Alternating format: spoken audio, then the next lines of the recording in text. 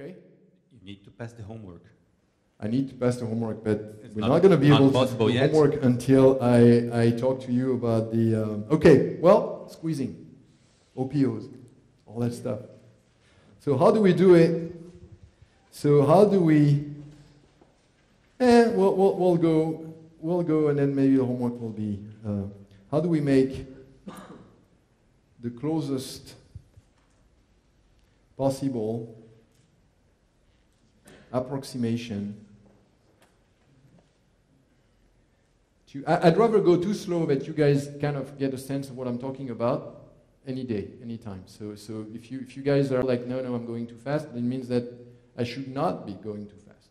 So this is all like, right? It's all that matters. If you come out of this room with more knowledge than you entered, then we were all successful. If I keep on track and you guys come out with absolutely 0 plus knowledge because I just dumped a ton of stuff on you, continuous variable stuff, then it's not good. So I don't care about how much I cover. Closest possible approximation to an EPR state. And we'll do whatever we can in a quarter of an hour that's left in the lab.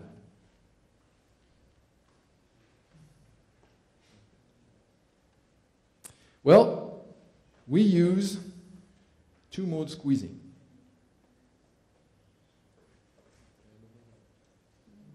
It's not very different from single-mode squeezing from an optical parametric oscillator. Okay, so here we go, big words.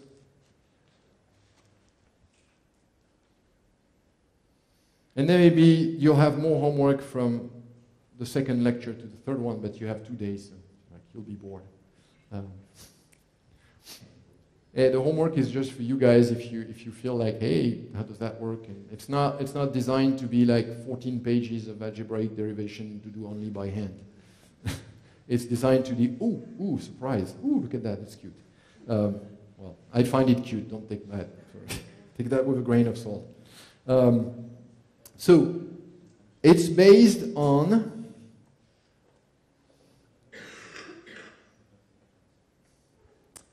parametric down conversion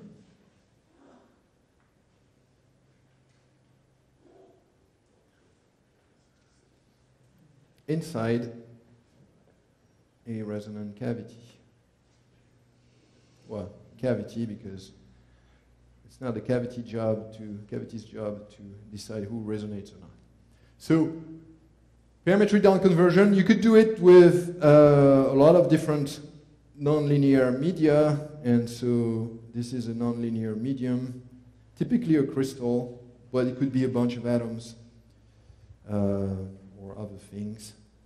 And the idea is that I'm going to send a pump field in it at a pump frequency, and I'm going to get out not one, but 2 fields at 2 different frequencies.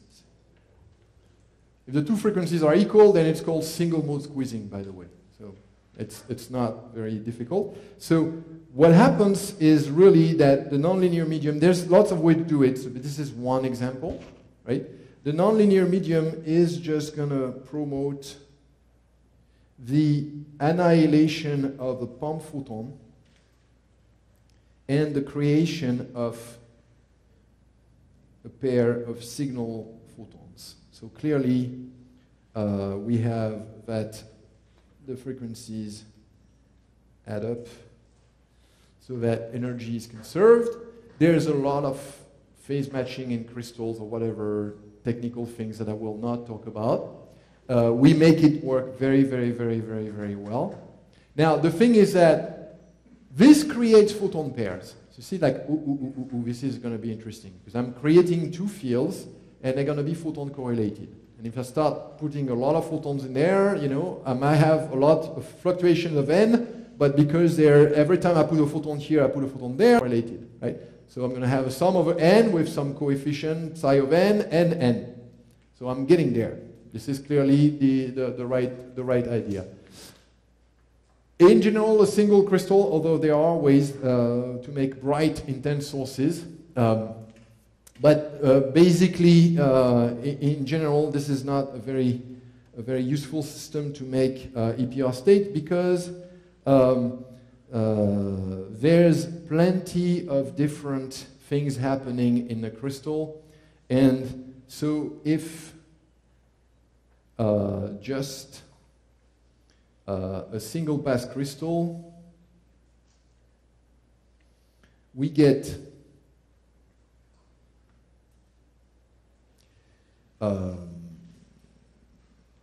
no more than 1 photon per pair in practice. It's not completely true because there are some experiments that get more, but so the output state is kind of the form of you sum over d omega 1, and there's a function of omega 1, and then there's 1 photon, so I'm going to say n equals 1 so that you know it's a Fock state at omega 1 for field 1, and then there's 1 photon at omega 2 equals omega p minus omega 1, really, for field 2. Okay. And that's okay. That's not, there's a lot of photon pairs and lots of different frequencies because omega 1 can vary over a very big range. People have tried to reduce that range so that this becomes a delta function, but then you kill the thing and you get just a product state. Right? So then people play games with the polarization to entangle in polarization. But I'm not going to talk about that. So polarization entanglement is possible, but this is not what I'm going to talk about. We're going to entangle in N, like I showed you in a previous printed slide.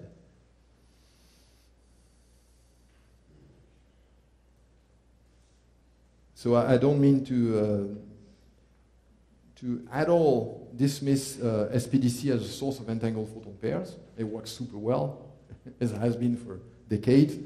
But for the type of entanglement that we want to do continuous variables, we're going to need more than 1 photon at a time. And so what we do is really we take the same stuff. So I'm going to do something. So that I would call SPDC. That stands for spontaneous parametric down conversion. And we're going from this to optical parametric amplification. And that's just to give you the keywords because really these are historical keywords. You might as well call it stimulated PDC, which is the same acronym, so not useful. But basically, you take the same stuff, like that, and you put a cavity around it.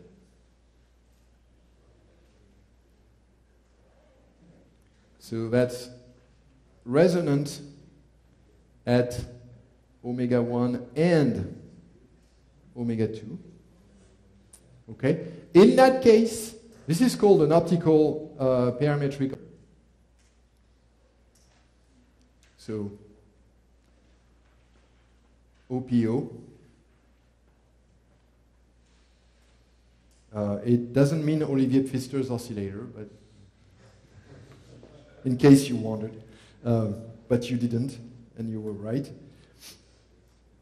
So then what happens when you have the cavity resonate the two fields that are emitted at omega 1 and omega 2, much like a laser, right? Those fields build up in the cavity. Right? And when they build up, palm photons keep coming, and the emission of more omega 1, omega 2 pairs is now stimulated, has a great chance to be stimulated by the field that exists in the cavity rather than just spontaneous. Spontaneous actually also happens in lots of different spatial modes. You know, it's a big mess. It comes out, everything. You've seen those beautiful pictures because, for example, the Paul Kwiat and Anton Zeilinger in '95 used the intersecting cone picture with two different polarizations to get polarization entanglement like that. It was brilliant. So, but it's a big, complicated mess, whereas here the cavity just selects. Only the eigenmodes of the cavity are going to be able to build up in phase at a given length. The frequencies are appropriate for the resonance condition. And what you're going to get now is only two modes.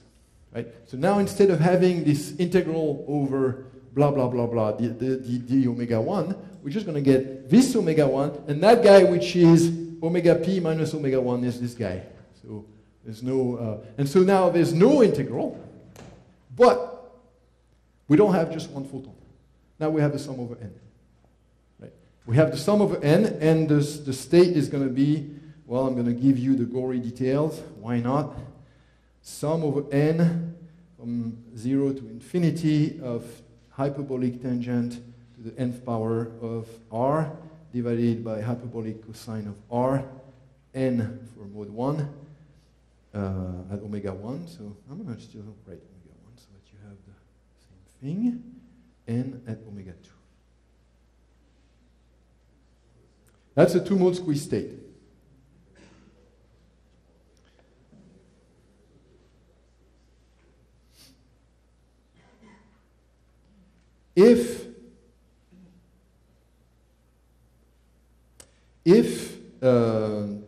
So R, I'm going to highlight it. I have highlight capability on this here. This guy is called the squeezing parameter.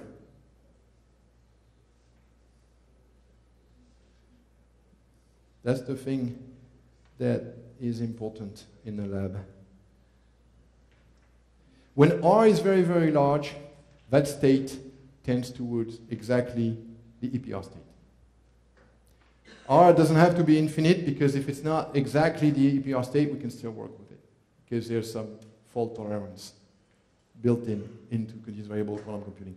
But the idea is that in optical parametric amplification, there is stimulated emission going on. And that stimulated emission favors emission in the cavity modes at the resonance frequency above everything else. So now you just have two modes, right? It's exactly the same as a laser, and we'll do the math next time. So I'll write the equation. We'll write the Heisenberg equation for that with Hamiltonian, right? Next time. That's what we're going to do. This works exactly like a laser in a sense. This mirror reflects everything for the signal annihilator. The left mirror. The right mirror is not reflecting everything, so that the light can come out, obviously, and you don't want the light to come out on both sides, because that's not good. Because you split things and then introduce vacuum noise. Whoop! They go there. If the gain is less over a round trip than the probability of going through the mirror, then the field can never build up that much. Right? It will stay small. That's called below threshold. Right? It's exactly like for a laser, except it's a two-photon laser, if you want. It's not exactly a laser because there is a field relationship with that pump that doesn't exist for a laser, where the pump is fully incoherent. This guy here has to be phase matched, but it's not a very important, it's a significant difference, but it's not super important. In terms of threshold, it's the same thing. And so if you have increased the pump power, for example, you get more field there, and if you create over a round trip more photons than escape through the mirror, then the field will grow inside the cavity, and you will have bright beams come out, and you will be above threshold. You'll have what we call twin beams. The Laket's lab does that very well. They make crazy twin beams with all sorts of spatial modes, orbital angular momentum, and vector polarization things. I mean, it's just scary. Paulo Nussensweig and Marcelo Martinelli also. I think Paulo Soto Ribeiro. There's a lot of OPOs above threshold in this country. It's beautiful work done by a lot of scientists, and below threshold as well. And so it's simpler to calculate the state when it's below threshold, so we'll do that next time. Okay? Just by writing a Hamiltonian, and it'll be a Gaussian Hamiltonian. It'll be, so next time I can have a few minutes to introduce. So next time, and then, because that's the basic tool. I told you I only have one OPO in my lab. Well, that's what this OPO, that's what it is.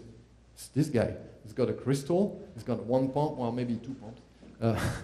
And it's emitting at lots of different frequencies because there's a column of resonances, right? Because there's a lot of periodic resonances, exactly like a laser cavity, right? Think of mode-lock laser. You have free spectral range and lots of different modes. So I can explain that a little bit. And that's all we need. And out can come a massively entangled state. So all we need to understand, really, it's the beauty of it. It's kind of the same as the universal quantum computing gate set, where you just need 1 and 2 qubit gates and you're good. Where here, really what you need the interaction, right? The entanglement comes from interaction. If you interact two things, those two things interact, and then maybe that guy interacts with a third one, and it's like start having a network of interacting things, then you're good to go. And that's what I will show you next time. This interaction network, I will call it the H graph, for Hamiltonian graph. And I will show you that you can build any kind of entangled state, GAZ, W, cluster state, and that's where the quantum computing will come back to bite us. And so next time we will calculate, we will derive the quantum evolution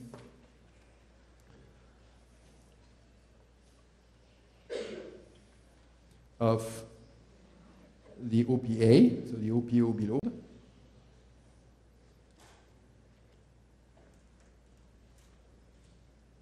Using the two-mode squeezing Hamiltonian.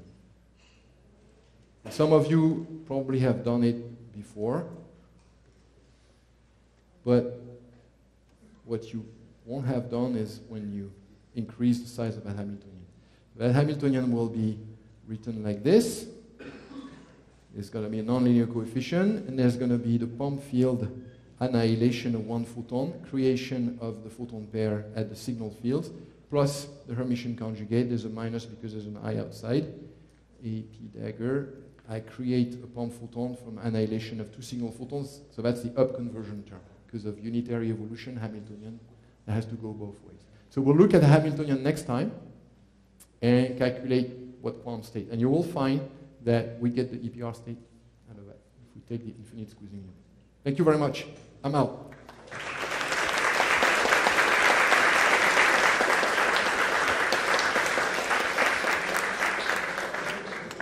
Except for questions, of course. Questions? What a boring silence, okay. Coffee time. Oh, there was one. Two. Hello. So you've shown the formalism for bosonic oscillators. When you have a fermionic oscillator, you can also do Q modes for them and describe the same thing? I don't know. Okay. I honestly don't know. I'm thinking, hey, a condensed matter theorist can probably come up with something because those guys can do boson fermions and then they write everything as spins anyway, so we don't care. So I would say in general, you know, why not? But I have no idea how it will work, and I don't think it's been really looked at. Okay, thank you.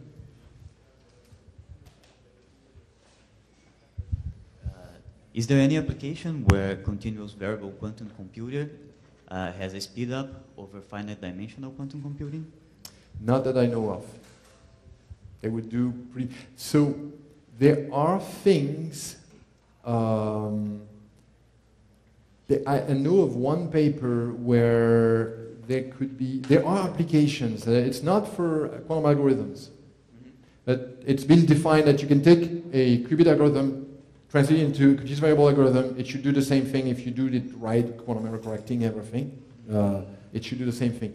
There is at least one paper where it's a continuous variable kind of entanglement sharing game that apparently qubits can do. One thing I know continuous variable entanglement can do that qubits cannot do is high sensitivity measurements, LIGO. Okay. Tiny shifts. So tiny. Yeah, the basic picture is that, you know, when you have a qubit, it's like bang, clang, right? If there's a shift, it's going to be, it exists, there's a continuous variable, it's the angle, right? But it's outside the qubit, outside the ket. Continuous variable is inside the ket. So this guy is an orthogonal continuous variable state.